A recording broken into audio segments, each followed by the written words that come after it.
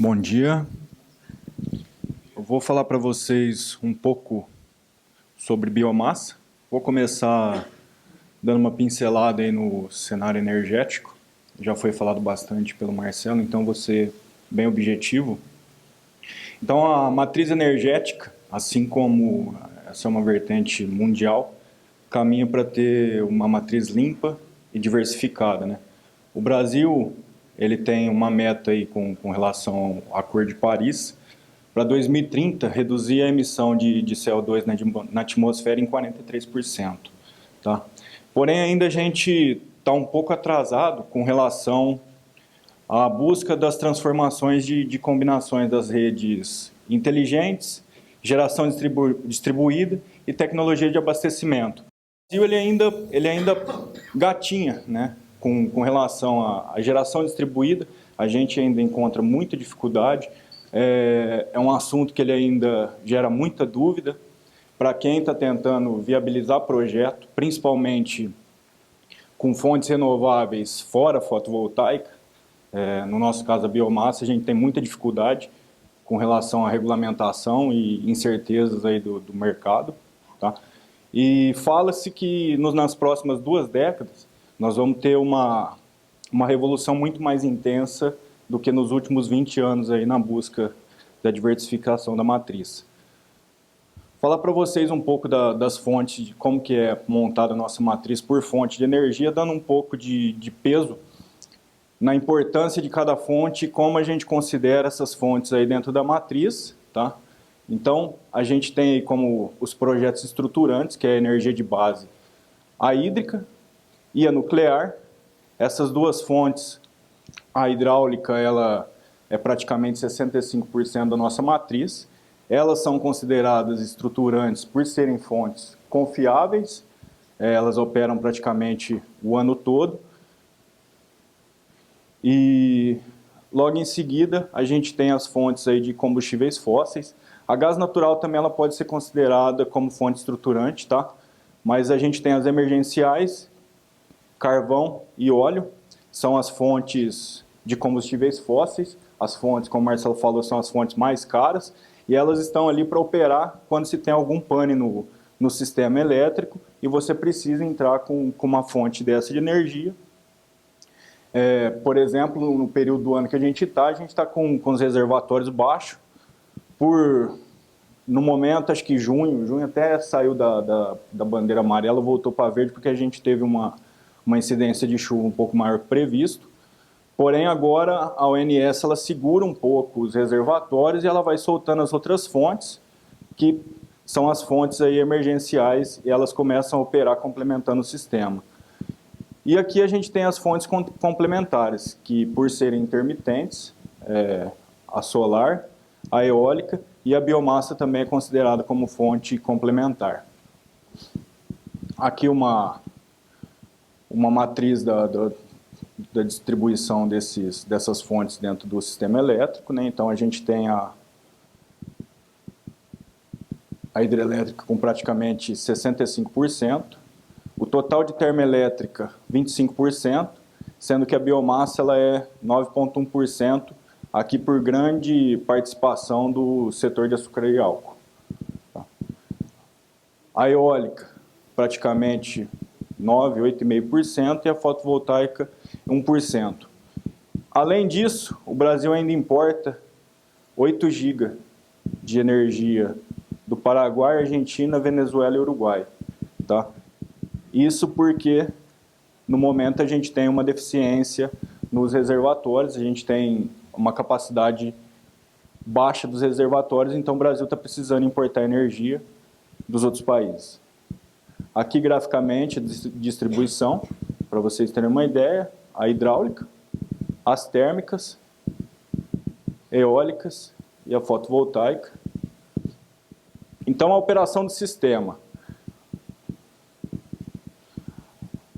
O sistema, ele existe um operador, que é o ONS, Operador Nacional do Sistema. A ONS ela faz uma equação com todas as fontes que ela tem, priorizando os projetos estruturantes, a energia de base, e através dele ela começa a fazer os despachos das outras fontes Então, em determinados períodos do ano, quando a gente tem uma abundância de água, os reservatórios cheios, a gente tem uma tarifa mais barata, porque as hidrelétricas estão operando aí com grande capacidade e grande participação no despacho. À medida que os reservatórios vão baixando e que você vai tendo a incidência também de outras fontes, como, por exemplo, a eólica, ela vai tirando as gerações de base e vai soltando as outras gerações, e à medida que ela precisa complementar o sistema, isso é em tempo real. Imagina como que é operar um sistema, ele é um sistema integrado, no qual você faz uma projeção de consumo e previsões meteorológicas para entender o que vai acontecer nos reservatórios. Aí você tem uma fonte intermitente que ela começa a gerar, está fazendo vento, ela gera, depois ela sai. Então é altamente complicado para o ONS fazer a gestão do sistema devido à grande quantidade de projetos intermitentes que foi integrado aí no sistema. Foi integrado não, eles fazem parte do nosso sistema, teve uma entrada maciça nos últimos anos, principalmente de eólica, e é muito importante, como o Marcelo falou, são energias extremamente importantes para a matriz, são energias que elas precisam ter participação na matriz, porém com uma proporção adequada. A gente precisa pensar mais na energia de base, tanto a hidráulica quanto a biomassa. Falar para vocês, entrar no assunto da biomassa. A biomassa, quero falar especificamente do cavaco de madeira. Tá? O cavaco de madeira ele pode ser tratado como resíduo em plantas que geram lascas ou o próprio cavaco de madeira nos seus processos industriais. Tá? Pó de serra, a gente tem indústria moveleira, indústria madeireira que também gera como resíduo pó de serra. Pó de serra, em alguns momentos, ele é até um passivo ambiental, porque ele precisa de uma destinação. E esse pó de serra, ele pode ser, juntamente com o cavaco de madeira, considerado como uma fonte de energia de biomassa. Tá? Um exemplo é a indústria arrozeira, que aqui no sul a gente tem bastante exemplo, no qual a casca do arroz, no beneficiamento do arroz, ela era um resíduo e era um passivo ambiental. Então o pessoal precisava destinar, eles tinham dificuldade para destinar esse resíduo. Hoje, grande parte das indústrias, elas já são prosumidoras. Elas geram energia com a casca do arroz, e a casca do arroz ela tem ainda uma propriedade que na cinza, ela tem sílica, e ela virou um outro subproduto que eles fornecem a sílica para a construção civil. Então aqui um exemplo de autoprodução de energia e cogeração. Uma planta que ela já utiliza, a gente tem uma quantidade, um potencial imenso para colocar energia de biomassa, porque a gente tem uma grande quantidade de indústria que já utiliza a biomassa no seu processo produtivo. Então ela queima biomassa para gerar energia térmica, para cozimento ou secagem no seu processo produtivo. Com isso, a gente tem a condição de fazer um processo de cogeração. Então é só fazer uma adequação na geração de vapor. Esse vapor provavelmente para o processo ele é um vapor com menor temperatura e menor pressão. A gente coloca um equipamento aqui para elevar a temperatura e pressão desse vapor. E através daí a gente consegue fazer um processo de cogeração, no qual a turbina vai gerar energia. Você pode injetar isso na rede ou você pode consumir. E a turbina ela libera o vapor de escape já na temperatura e pressão adequada para o processo. Então ela gera energia térmica e energia elétrica. Tá? Aqui um outro exemplo de indústria que ela utiliza a energia no seu processo, porém ela não necessita de uma fonte de calor. Então ela gera resíduo e ela às vezes precisa de uma destinação para esse resíduo, ou ela pode comercializar. Então o que dá para fazer? Fazer com que essa indústria também ela gere energia. Então no próprio processo produtivo ela vai gerar resíduo, esse resíduo vai retornar para a indústria, gerar vapor, a turbina vai gerar energia e isso vai ser injetado na rede. E o cavaco também ele pode vir diretamente da floresta. Então você pode ter uma floresta especificamente para geração de energia, no qual as toras, as pontas, elas vão ser processadas, picadas e transformadas em cavaco. Então o Brasil ele tem 7,45 milhões de hectares de biomassa de eucalipto, tá? E aproximadamente 2 milhões de hectares dessa biomassa, eles são sem viabilidade econômica. O que isso quer dizer? Que o produtor, ele fez a floresta acreditando num potencial de fornecimento ou para alguma indústria ou cooperativa, e quando essa floresta está pronta, essa indústria e cooperativa ela já não precisa mais dessa biomassa, então ele está com a biomassa parada e não tem o que fazer com ela. Essa biomassa, para ele tirar ela da terra, se ele tiver condições aqui de mudar a lavoura, passar para soja ou qualquer outro tipo de cultura, ele precisa tirar, e para ele tirar ele tem que pagar. E às vezes ele não consegue dar destino para essa biomassa. Então ele às vezes ele doa para a empresa de manejo florestal, simplesmente retirar a biomassa da terra para ele virar uma lavoura de soja, por exemplo. E outros exemplos é biomassa que está logisticamente inviável, ou ela está em terreno, que o pessoal fala, terreno dobrado, que o próprio relevo impossibilita a colheita. Ele dificulta, né? Então a logística, o frete para se levar essa biomassa para a indústria é extremamente complicado. Para vocês terem ideia, esse potencial de 2 milhões, ele tem um potencial energético de 2,65 GB, equivalente a 530 UTE de 5 MW, no limite aí da geração distribuída, representando aí praticamente 5% do consumo nacional. Nós temos realizado alguns estudos em regiões do Centro-Sul, Santa Catarina, Paraná, Minas, que tem uma grande quantidade de biomassa sem viabilidade econômica. Então são regiões que o pessoal está com uma grande quantidade de floresta, mas não tem o que fazer. Porque provavelmente tem um caso de cooperativa, a cooperativa ela buscou biomassa no passado, o pessoal investiu e ela desenvolveu a própria floresta dela hoje, então ela não precisa mais, o pessoal está com a floresta lá parada, não tem o que fazer. Eles estão pensando em virar para soja, mas para virar para soja precisa ir lá e retirar, eles precisam pagar a empresa de manejo florestal para tirar.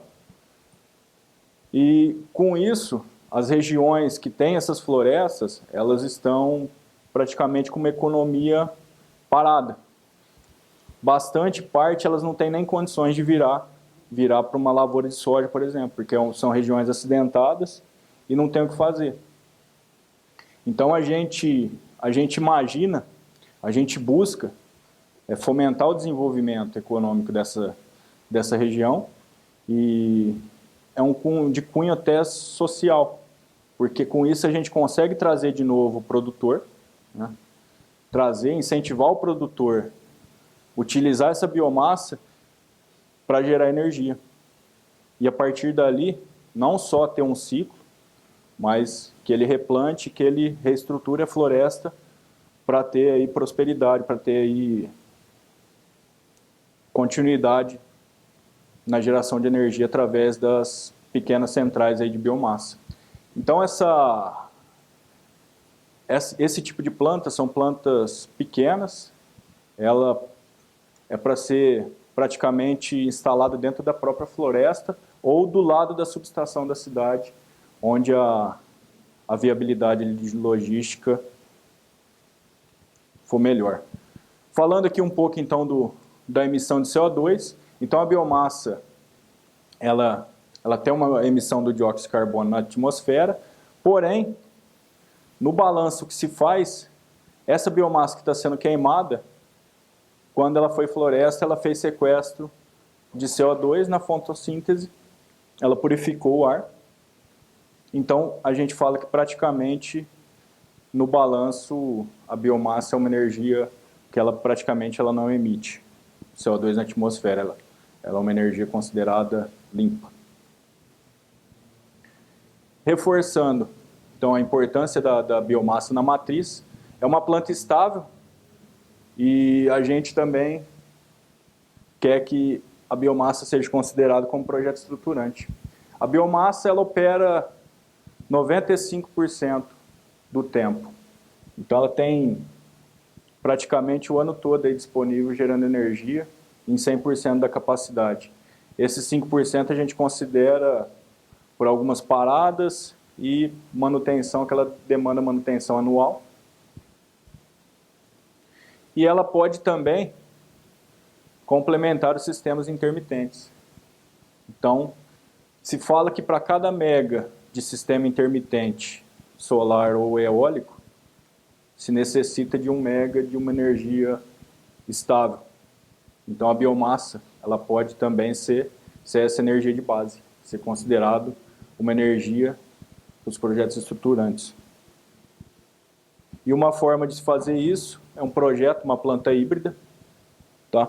No qual a biomassa ela complementaria a energia intermitente. Nesse caso, a gente fez um diagrama com solar, tá? E a gente realizou um estudo no qual consideramos uma biomassa, uma planta de biomassa, uma geração de biomassa com 3 MW e uma solar com 2 MW, chegando em 5. Porém, o tempo todo você terá 3 MW sendo injetado na rede por biomassa e à medida do dia aí, com a intensidade solar, você vai ter o pico aí de 2 MW com a fotovoltaica. Isso ameniza a viabilidade do investimento em infraestrutura, tanto para transmissão quanto para distribuição, porque você vai colocar energia aqui no período que a fotovoltaica não vai estar gerando, então você vai ter esse sistema praticamente de 50% a 60% ocupado toda a parte do tempo. Aqui eu pensei uma planilha aqui bem resumida, bem sucinta, com relação a alguns estudos que a gente está fazendo de viabilidade.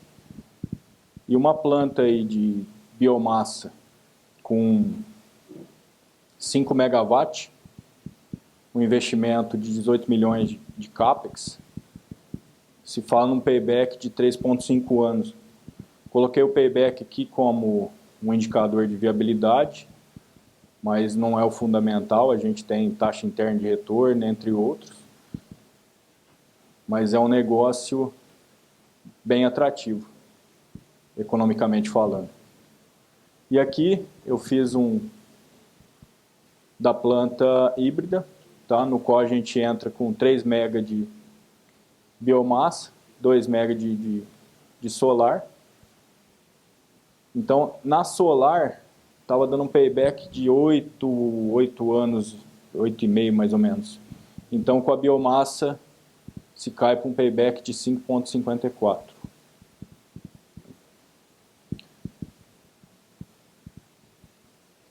Bom, basicamente é isso.